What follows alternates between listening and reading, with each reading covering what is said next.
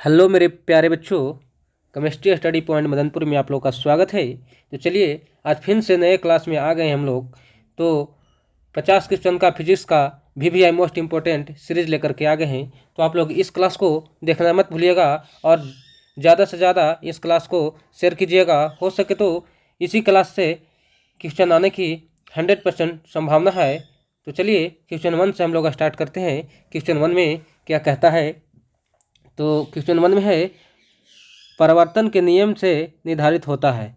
यह क्वेश्चन 2017 में पूछा हुआ है, इसीलिए VVI मोस्ट इम्पोर्टेंट क्वेश्चन है, आने की बहुत संभावना है। तो चलिए आप लोग आंसर बताइएगा कौन सा आंसर हम लोग का सही हो जाएगा।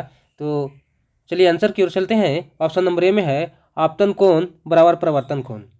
ऑप्शन नंबर बी में है परावर्तन कोण बराबर अपवर्तन कोण। ऑप्शन नंबर सी में है आपतन कोण बराबर विचलन कोण। ऑप्शन नंबर डी में है इनमें से कोई नहीं।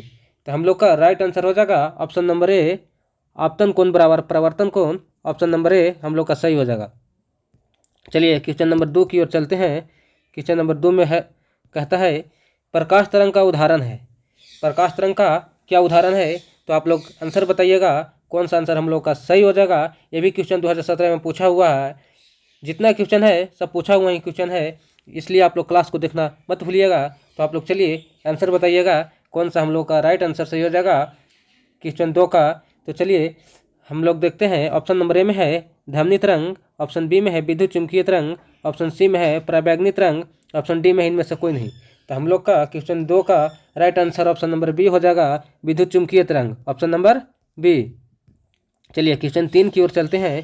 क्वेश्चन 3 में क्या कहता है? क्वेश्चन 3 में है दर्पण के सामने किसी भी दूरी पर स्थित वस्तु का प्रतिबिंब सीधा प्रतीत होता है तो वह दर्पण है। कहता है कि दर्पण के सामने किसी भी दूरी पर स्थित वस्तु का प्रतिबिंब सीधा प्रतीत होता है तो वह दर्पण है। तो वह दर्पण कौन सा है? आप लोग आंसर बताइएगा। ऑप्शन नंबर ए में है केवल समतल। ऑप्शन बी में है केवल अवतल। ऑप्शन सी में है केवल उत्तल। ऑप्शन डी में है या तो समतल अथवा उत्तल। तो हम लोग का क्वेश्चन 3 का राइट आंसर सही हो जाएगा ऑप्शन नंबर डी, या तो समतल अथवा उत्तल, ऑप्शन नंबर डी। क्वेश्चन 3 का आंसर सही हो जाएगा। चलिए क्वेश्चन 4 की ओर चलते हैं। क्वेश्चन 4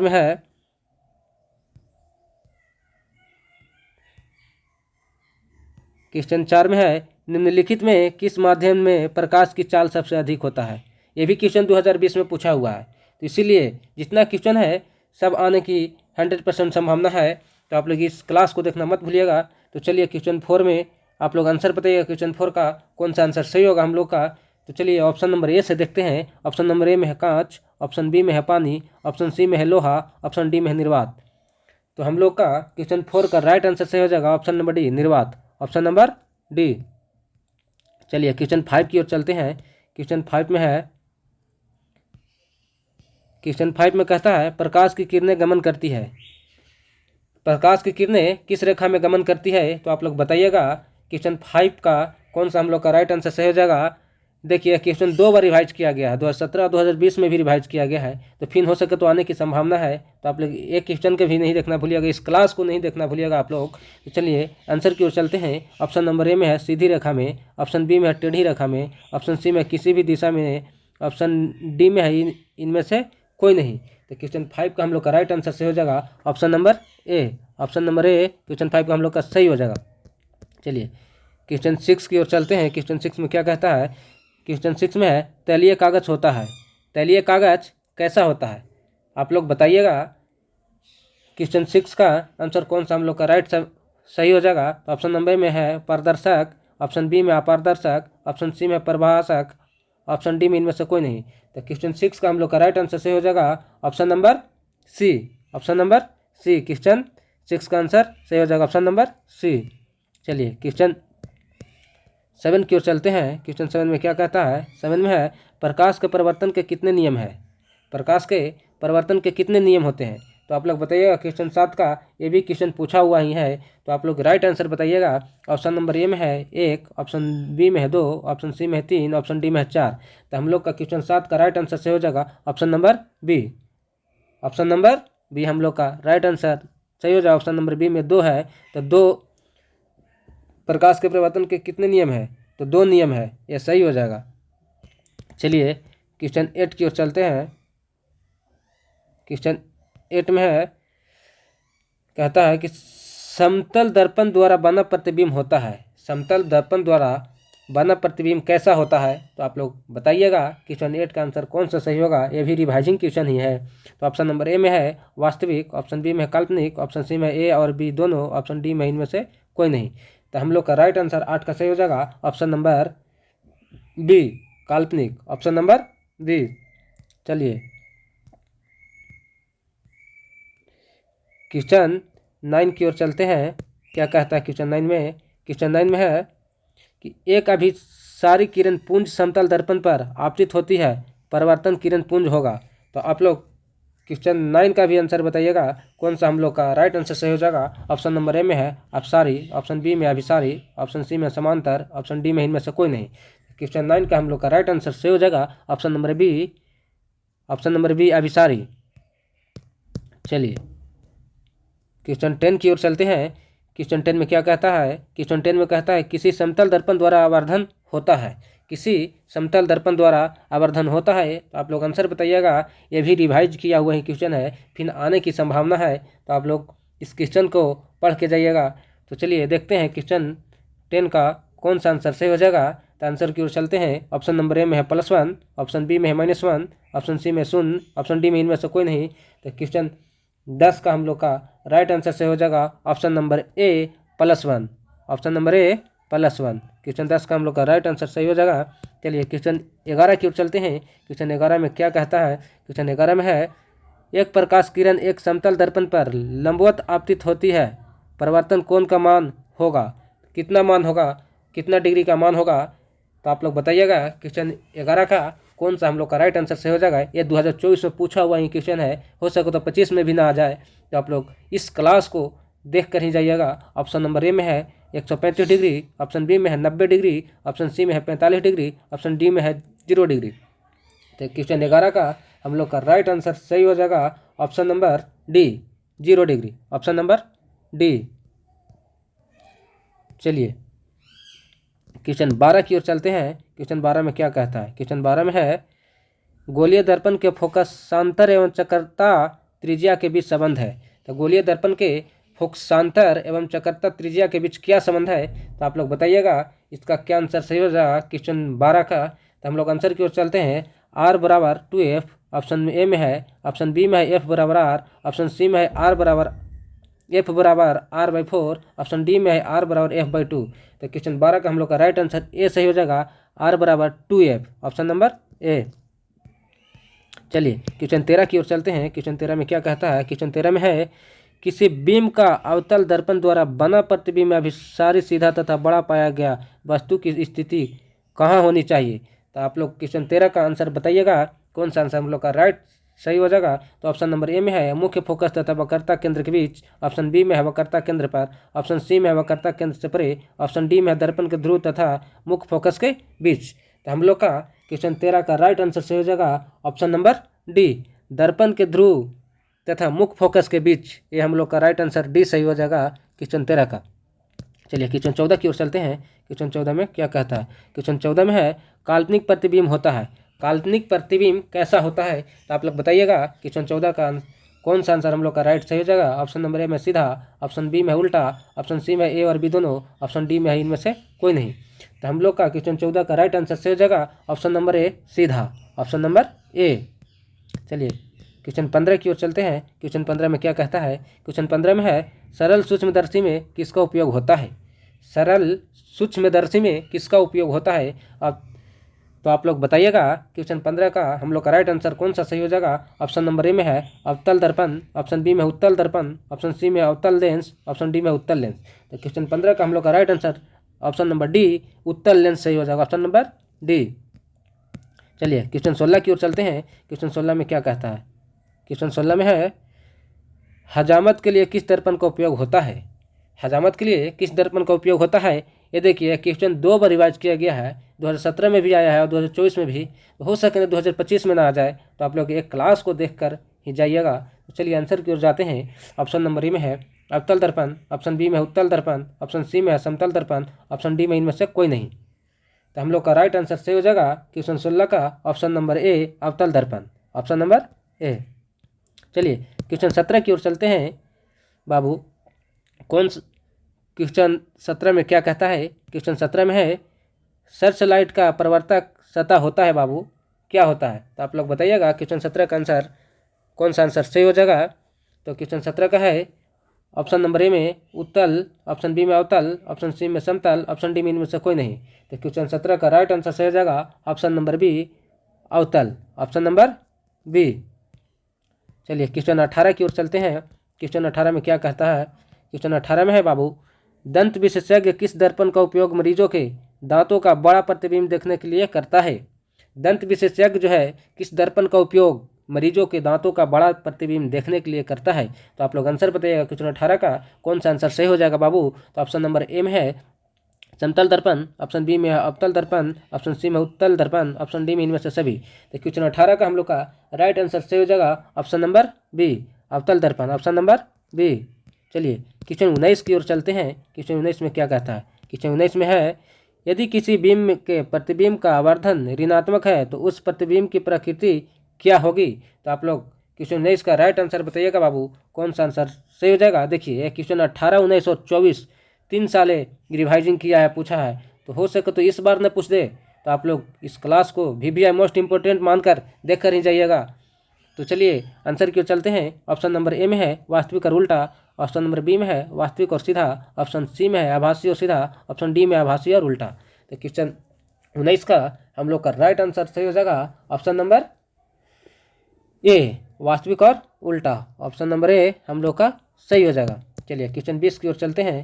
क्वेश्चन 20 में क्या कहता है? क्वेश्चन 20 में कहता है बाबू ऑप्शन नंबर, क्वेश्चन 20 में कहता है निम्नलिखित में से कौन उत्तल दर्पण की फोकस दूरी है उसकी वक्रता त्रिज्या 32 सेंटीमीटर है? तो आप लोग आंसर बताइएगा क्वेश्चन 20 का कौन सा हम लोग का राइट आंसर से हो जाएगा। ऑप्शन नंबर ए में है +8 सेंटीमीटर, ऑप्शन बी में है 8 सेंटीमीटर, ऑप्शन सी में 16 सेंटीमीटर, ऑप्शन डी में है -16 सेंटीमीटर। तो हम लोग का क्वेश्चन 20 का राइट आंसर से हो जाएगा option number C, +16 centimetre, option number C. चलिए क्वेश्चन 21 की ओर चलते हैं। क्वेश्चन 21 में क्या कहता है? क्वेश्चन 21 में किस दर्पण का उपयोग पश्च दृश्य दर्पण के रूप में किया जाता है? तो क्वेश्चन 21 का आप लोग राइट आंसर बताइएगा बाबू, कौन सा आंसर हम लोग का राइट सही हो जाएगा। तो ऑप्शन नंबर ए में है उत्तल दर्पण, ऑप्शन बी में है अवतल दर्पण, ऑप्शन सी में है समतल दर्पण, ऑप्शन डी में है कोई नहीं। तो क्वेश्चन 21 का हम लोग का राइट आंसर सही हो जाएगा ऑप्शन नंबर ए, उत्तल दर्पण, ऑप्शन नंबर ए। चलिए क्वेश्चन 22 की ओर चलते हैं। क्वेश्चन 22 में क्या कहता है? क्वेश्चन 22 में है नई कार्तीय परिपाटी के अनुसार दर्पण के सामने रखे गए बीम की दूरी ली जाती है। नई कार्तीय परिपाटी के अनुसार दर्पण के सामने रखे गए बीम की दूरी ली जाती है। तो आप लोग क्वेश्चन 22 का आंसर बताइएगा बाबू, कौन सा आंसर हम लोग का सही हो जाएगा। तो ऑप्शन नंबर ए में घनात्मक, ऑप्शन बी में ऋणात्मक, ऑप्शन सी में ए और बी दोनों, ऑप्शन डी में इनमें से कोई नहीं। तो हम लोग का क्वेश्चन 22 का राइट आंसर सही हो जाएगा ऑप्शन नंबर बी, ऋणात्मक, ऑप्शन नंबर बी। चलिए क्वेश्चन 23 की ओर चलते हैं। क्वेश्चन 23 में क्या कहता है? क्वेश्चन 23 में है कहता है निम्न में से किस दर्पण की फोकस दूरी घनात्मक होती है? निम्न में से किस दर्पण की फोकस दूरी घनात्मक होती है? तो आप लोग राइट आंसर बताइएगा बाबू। क्वेश्चन 23 का हम लोग का कौन राइट आंसर सही हो जाएगा। ऑप्शन नंबर ए में समतल दर्पण, ऑप्शन बी में उत्तल दर्पण, ऑप्शन सी में अवतल दर्पण, ऑप्शन डी में सभी। तो क्वेश्चन 23 का हम लोग का राइट आंसर सही हो जाएगा ऑप्शन नंबर बी, उत्तल दर्पण, ऑप्शन नंबर बी। चलिए क्वेश्चन 24 की ओर चलते हैं बाबू। क्वेश्चन 24 में क्या कहता है? क्वेश्चन 24 में कहता है किसी कार के अग्रदीप में प्रयुक्त दर्पण निम्नलिखित में से कौन है? तो आप लोग बताइएगा 24 का आंसर कौन सा हम लोग का राइट आंसर से हो जाएगा। ये 2020 में पूछा हुआ क्वेश्चन है। तो ऑप्शन नंबर ए में है अवतल दर्पण, ऑप्शन बी में उत्तल दर्पण, ऑप्शन सी में समतल दर्पण, ऑप्शन डी में समतल या उत्तल दर्पण। तो क्वेश्चन 24 का हम लोग का राइट आंसर ऑप्शन नंबर ए सही हो जाएगा, अवतल दर्पण, ऑप्शन नंबर ए। चलिए क्वेश्चन 25 की ओर चलते हैं। क्वेश्चन 25 में क्या कहता है? क्वेश्चन 25 में है समतल दर्पण की फोकस दूरी होती है। समतल दर्पण की फोकस दूरी कितनी होती है? तो आप लोग बताइएगा क्वेश्चन 25 का हम लोग का राइट आंसर कौन सा सही हो जाएगा। ऑप्शन नंबर ए में है अनंत, ऑप्शन बी में है शून्य, ऑप्शन सी में 100 सेंटीमीटर, ऑप्शन डी में 50 सेंटीमीटर। तो क्वेश्चन 25 का हम लोग का राइट आंसर सही हो जाएगा option number A, Anant, option number A. चलिए क्वेश्चन 26 की ओर जाते हैं। क्वेश्चन 26 में क्या कहता है? क्वेश्चन 26 में है अवतल दर्पण के सामने वस्तु को कहाँ रखा जाए ताकि प्रतिबिंब उल्टा, वास्तविक और समान आकार का बने। तो आप लोग क्वेश्चन 26 का राइट आंसर बताइएगा बाबू, कौन सा हम लोग का राइट आंसर सही हो जाएगा। ऑप्शन नंबर ए में है ध्रुव पर, ऑप्शन बी में अनंत पर, ऑप्शन सी में वक्रता केंद्र पर, ऑप्शन डी में फोकस पर। तो हम लोग का क्वेश्चन 26 का right answer option number C, वक्रता केंद्र पर सही हो जाएगा, ऑप्शन नंबर सी। चलिए क्वेश्चन 27 की ओर चलते हैं। क्वेश्चन 27 में क्या कहता है। क्वेश्चन 27 में कहता है दाढ़ी बनाने के लिए कौन सा दर्पण उपयुक्त है। देखिए 2011, 15, 16 और 21, ये 4 साल क्वेश्चन रिवाइज किया है बाबू, हो सके फिर ना आ जाए, तो आप लोग ध्यान देकर ही जाइएगा इस क्वेश्चन को।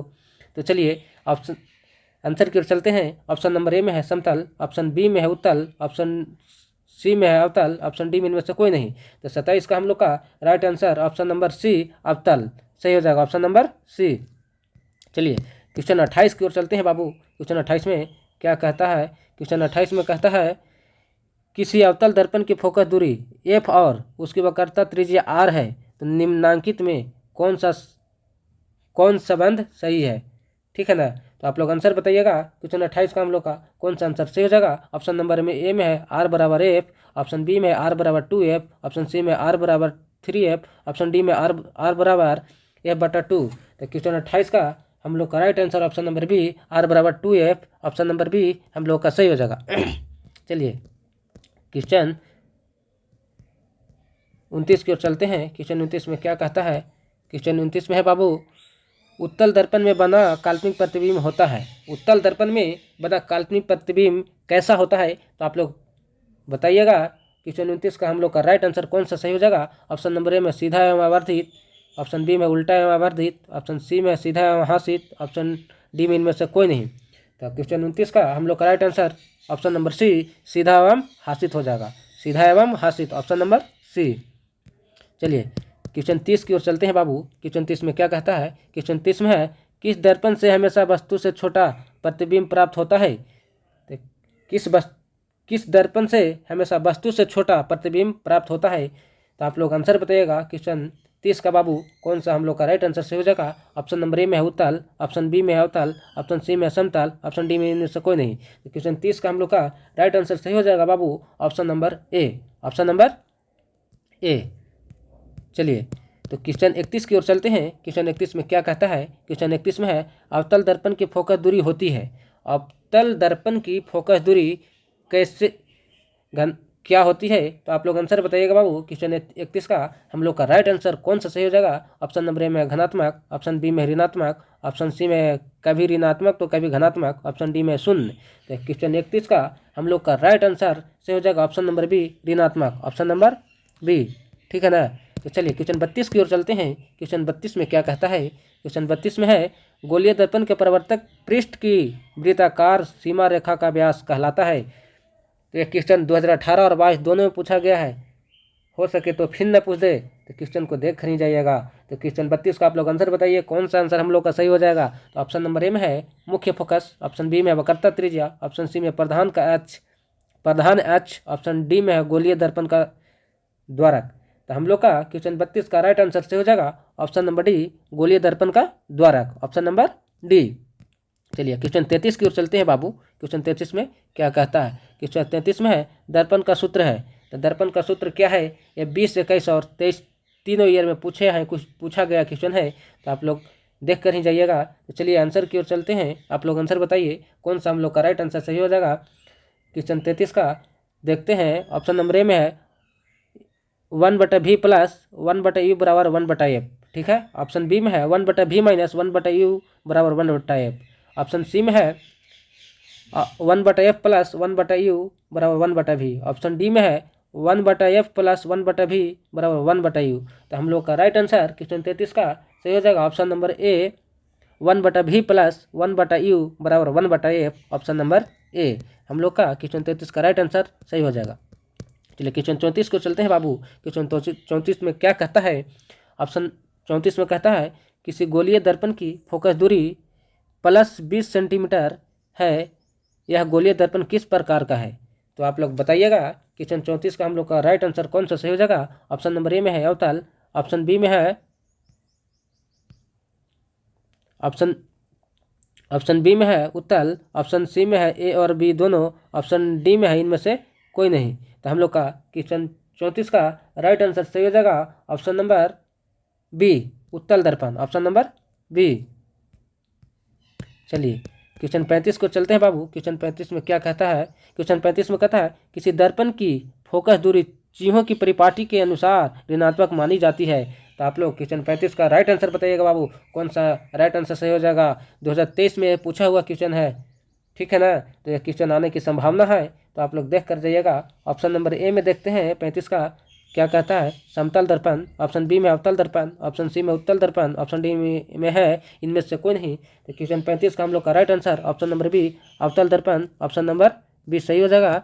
चलिए क्वेश्चन 36 की ओर चलते हैं। क्वेश्चन 36 में क्या कहता है? 36 में है अवतल दर्पण में आवर्धित काल्पनिक प्रतिबिंब बनाने के लिए वस्तु को कहाँ रखा जाता है। तो क्वेश्चन 36 का आप लोग आंसर बताइएगा, कौन सा आंसर से हो जाएगा बाबू। तो ऑप्शन नंबर ए में है फोकस और ध्रुव के बीच, ऑप्शन बी में वक्रता केंद्र से परे, ऑप्शन सी में फोकस पर, ऑप्शन डी में वक्रता केंद्र और फोकस के बीच। तो क्वेश्चन 36 का हम लोग का राइट आंसर ऑप्शन नंबर ए, फोकस और ध्रुव के बीच, ऑप्शन नंबर ए सही हो जाएगा। चलिए क्वेश्चन 37 की ओर चलते हैं। क्वेश्चन 37 में क्या कहता है? क्वेश्चन 37 में है निम्नलिखित में से किस दर्पण द्वारा किसी वस्तु का आभासी प्रतिबिंब मिल सकता है। तो आप लोग आंसर बताइएगा बाबू, कौन सा आंसर हम लोग का क्वेश्चन 37 का सही हो जाएगा। तो चलिए आंसर की ओर चलते हैं। ऑप्शन नंबर ए में है समतल दर्पण से, ऑप्शन बी में है उत्तल दर्पण से, ऑप्शन सी में है अवतल दर्पण से, ऑप्शन डी में है इनमें से कोई नहीं। तो क्वेश्चन 37 का हम लोग का राइट आंसर सही हो जाएगा ऑप्शन नंबर डी, इनमें से सभी, समतल दर्पण भी, उत्तल दर्पण से, अवतल दर्पण से, तीनों से हम लोग का हो जाएगा। तो ऑप्शन नंबर डी सही हो जाएगा, ऑप्शन नंबर डी क्वेश्चन 37 का सही हो जाएगा। चलिए क्वेश्चन 38 की ओर चलते हैं। क्वेश्चन 38 में क्या कहता है? क्वेश्चन 38 में है फोकस दूरी 20 सेंटीमीटर के अवतल दर्पण की वक्रता त्रिज्या होगी। फोकस दूरी 20 सेंटीमीटर के अवतल दर्पण की वक्रता त्रिज्या क्या होगी। तो आप लोग बताइएगा। क्वेश्चन 38 का यह 2024 में पूछा हुआ क्वेश्चन है, हो सके तो फिर ना आ जाए, तो आप लोग इस क्वेश्चन को देख कर ही जाइएगा। तो आंसर बताइएगा, कौन सा आंसर हम लोग का क्वेश्चन 38 का सही हो जाएगा। चलिए आंसर की ओर चलते हैं। ऑप्शन नंबर ए में है 15 सेंटीमीटर, ऑप्शन बी में है 10 सेंटीमीटर, ऑप्शन सी में है 40 सेंटीमीटर, ऑप्शन डी में 60 सेंटीमीटर। तो क्वेश्चन 38 का हम लोग का right answer option number C सही हो जाएगा, ऑप्शन नंबर सी 40 सेंटीमीटर। चलिए क्वेश्चन 39 की ओर चलते हैं। क्वेश्चन 39 में क्या कहता है? क्वेश्चन 39 में है आँख नाक गला के चिकित्सक द्वारा उपयोग में लाया जाने वाला दर्पण है। आँख नाक गला के चिकित्सक द्वारा उपयोग में लाया जाने वाला दर्पण है। तो कौन सा दर्पण है जो चिकित्सक द्वारा उपयोग में आँख नाक गला के उपयोग में लाया जाता है। तो आप लोग आंसर बताइएगा 39 का क्वेश्चन, तो कौन सा हम लोग का राइट आंसर सही हो जाएगा। तो चलिए आंसर की ओर चलते हैं। ऑप्शन नंबर ए में उत्तल दर्पण, ऑप्शन बी में अवतल दर्पण, ऑप्शन सी में समतल दर्पण, ऑप्शन डी में इनमें से कोई नहीं। तो क्वेश्चन 39 का हम लोग का राइट आंसर सही हो जाएगा ऑप्शन नंबर बी, अवतल दर्पण, ऑप्शन नंबर बी।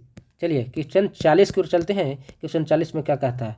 क्वेश्चन 40 में है उत्तल दर्पण में आवर्धन का महत्तम मान है। उत्तल दर्पण में आवर्धन का महत्तम मान कितना है। तो आप लोग आंसर बताइएगा बाबू, क्वेश्चन 40 का कौन सा आंसर हम लोग का सही हो जाएगा। ऑप्शन नंबर ए में है 2, ऑप्शन बी में है 1, ऑप्शन सी में 1/2, ऑप्शन डी में है अनंत। तो क्वेश्चन 40 का हम लोग का राइट आंसर सी सही हो जाएगा, 1/2, ऑप्शन नंबर सी। चलिए क्वेश्चन 41 की ओर चलते हैं। क्वेश्चन 41 में क्या कहता है? क्वेश्चन 41 में है अवतल लेंस द्वारा प्राप्त प्रतिबिंब होता है। तो अवतल लेंस द्वारा कौन सा प्रतिबिंब प्राप्त होता है। तो आप लोग आंसर बताइएगा 41 का बाबू, 41 का हम लोग का कौन सा आंसर सही हो जाएगा। तो चलिए आंसर की ओर चलते हैं। ऑप्शन नंबर ए में छोटा, ऑप्शन बी में सीधा, ऑप्शन सी में आभासी, ऑप्शन डी में इनमें से सभी। तो क्वेश्चन 41 का हम लोग का right answer option number D, इनमें से सभी, छोटा, सीधा और आभासी तीनों हो जाएगा। तो हम लोग का राइट आंसर डी सही हो जाएगा। चलिए क्वेश्चन 42 की ओर चलते हैं। क्वेश्चन 42 में क्या कहता है? क्वेश्चन 42 में है यदि अवतल दर्पण का निचला आधा भाग टूट जाए तो प्रतिबिंब कैसा बनेगा। तो आप लोग बताइएगा क्वेश्चन 42 का राइट आंसर हम लोग का कौन सा सही हो जाएगा। तो चलिए हम लोग आंसर की ओर चलते हैं, कौन सा हम लोग का राइट आंसर सही हो जाएगा। ऑप्शन नंबर ए में है सीधा बनेगा, ऑप्शन बी में है कम तीव्र बनेगा, ऑप्शन डी में है आधा बनेगा, ऑप्शन सी में है कम तीव्र बनेगा, ऑप्शन डी में है आधा बनेगा, बी में, ऑप्शन डी में इनमें से कोई नहीं। तो कम, ये जो कम तो है ये गलत है, तो कम तीव्र हो जाएगा। तीव्र बनेगा, ठीक है ना, कम तीव्र बनेगा। ऑप्शन नंबर बी हम लोग का राइट आंसर सही हो जाएगा। ऑप्शन नंबर बी कम तीव्र बनेगा, ठीक है। चलिए 43 को चलते हैं। क्वेश्चन 43 में क्या कहता है? क्वेश्चन 43 में है फोकस दूरी 10 सेंटीमीटर के अवतल दर्पण आवर्धन घनात्मक होगा, यह वस्तु की दूरी का मान है। तो आप लोग बताइएगा क्वेश्चन 43 का हम लोग का राइट आंसर कौन सा सही हो जाएगा। ऑप्शन नंबर ए में है 10 सेंटीमीटर से अधिक, ऑप्शन बी में 20 सेंटीमीटर से अधिक, ऑप्शन सी में 10 सेंटीमीटर से कम, ऑप्शन डी में इनमें से कोई नहीं। तो क्वेश्चन 43 का हम लोग का राइट आंसर सही हो जाएगा बाबू ऑप्शन नंबर सी 10 सेंटीमीटर से कम, ऑप्शन नंबर सी। चलिए क्वेश्चन 44 को चलते हैं। क्वेश्चन 44 में क्या कहता है? क्वेश्चन 44 में है फोकस से ध्रुव की ओर आने पर अवतल दर्पण में आवर्धन का मान है। तो आप लोग क्वेश्चन 44 का आंसर बताइएगा बाबू, कौन आंसर हम लोग का राइट हो जाएगा। तो देखते हैं, ऑप्शन नंबर ए में है बढ़ता है, ऑप्शन बी में घटता है, ऑप्शन सी में है अचर रहता है, ऑप्शन डी में इनमें से कोई नहीं। तो क्वेश्चन 44 का हम लोग का राइट आंसर ये हो जाएगा बढ़ता है, ऑप्शन नंबर ए।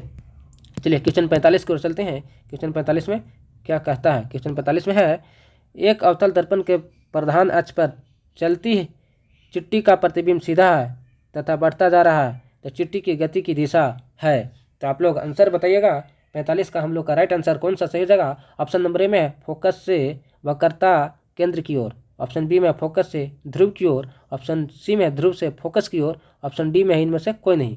तो 45 का हम लोग का राइट आंसर सही हो जाएगा ऑप्शन नंबर बी फोकस से ध्रुव की ओर, फोकस से ध्रुव की ओर, ऑप्शन नंबर बी। चलिए क्वेश्चन 46 को चलते हैं बाबू। हम लोग का क्वेश्चन 46 का क्या कहता है? क्वेश्चन 46 में है समतल दर्पण द्वारा बना प्रतिबिंब होता है। तो हम लोग का आंसर कौन सा हो जाएगा? चलिए आंसर की ओर चलते हैं, कौन सा आंसर हम लोग का सही हो जाएगा। ऑप्शन नंबर ए में है वास्तविक, ऑप्शन बी में है काल्पनिक, ऑप्शन सी में ए और बी दोनों, ऑप्शन डी में इनमें से कोई नहीं। तो क्वेश्चन 46 का हम लोग का राइट आंसर सही हो जाएगा ऑप्शन नंबर बी काल्पनिक, ऑप्शन नंबर बी। चलिए क्वेश्चन 47 को चलते हैं। क्वेश्चन 47 में क्या कहता है? क्वेश्चन 47 में है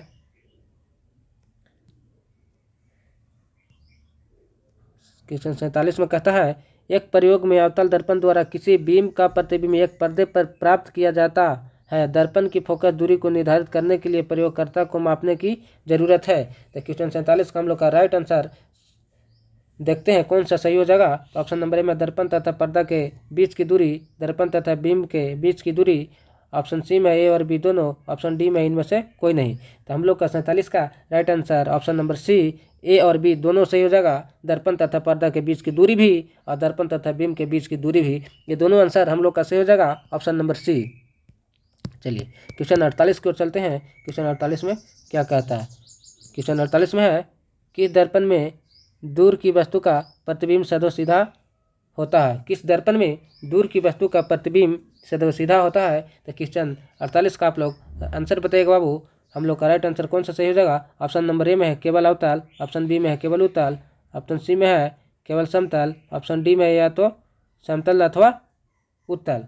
तो क्वेश्चन 48 का हम लोग का right answer option number D या तो समतल अथवा उत्तल, ऑप्शन नंबर डी सही हो जाएगा। चलिए क्वेश्चन 49 की ओर चलते हैं। क्वेश्चन 49 में क्या कहता है? क्वेश्चन 49 में है निम्न में से कौन सा पदार्थ लेंस बनाने के लिए प्रयुक्त नहीं किया जा सकता है? तो आप लोग आंसर बताइएगा बाबू, क्वेश्चन 49 का कौन सा आंसर सही हो जाएगा। ऑप्शन नंबर ए में है जल, ऑप्शन बी में है कांच, ऑप्शन सी में है शीशा, ऑप्शन डी में है मिट्टी। तो क्वेश्चन 49 का हम लोग का right answer option number D मिट्टी, ऑप्शन नंबर डी मिट्टी सही हो जाएगा। चलिए क्वेश्चन 50 की ओर चलते हैं। क्वेश्चन 50 में क्या कहता है? हम लोग का लास्ट क्वेश्चन है। तो क्वेश्चन 50 में कहता है एक उत्तल लेंस की क्षमता 1 डायोप्टर है, तो उस लेंस की फोकस दूरी है। तो आप लोग बताइएगा क्वेश्चन 50 का हम लोग का कौन सा राइट आंसर सही हो जाएगा। ऑप्शन नंबर ए में है +10 सेंटीमीटर, ऑप्शन बी में है -10 सेंटीमीटर, ऑप्शन सी में है 100 सेंटीमीटर, ऑप्शन डी में है -100 सेंटीमीटर। तो हम लोग का क्वेश्चन 50 का राइट आंसर सही हो जाएगा option number C +100 centimetre, option number C. तो चलिए आज का क्लास यहीं पे समाप्त करते हैं। तो फिर आप लोग से अगले क्लास में मिलते हैं।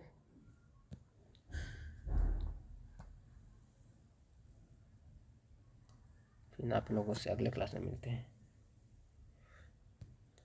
तो आप लोग ये क्लास को देखना मत भूलिएगा, हो सके तो ज़्यादा से ज़्यादा शेयर कीजिए। ठीक है, तो आज का क्लास यहीं पे समाप्त करते हैं। थैंक यू बच्चों।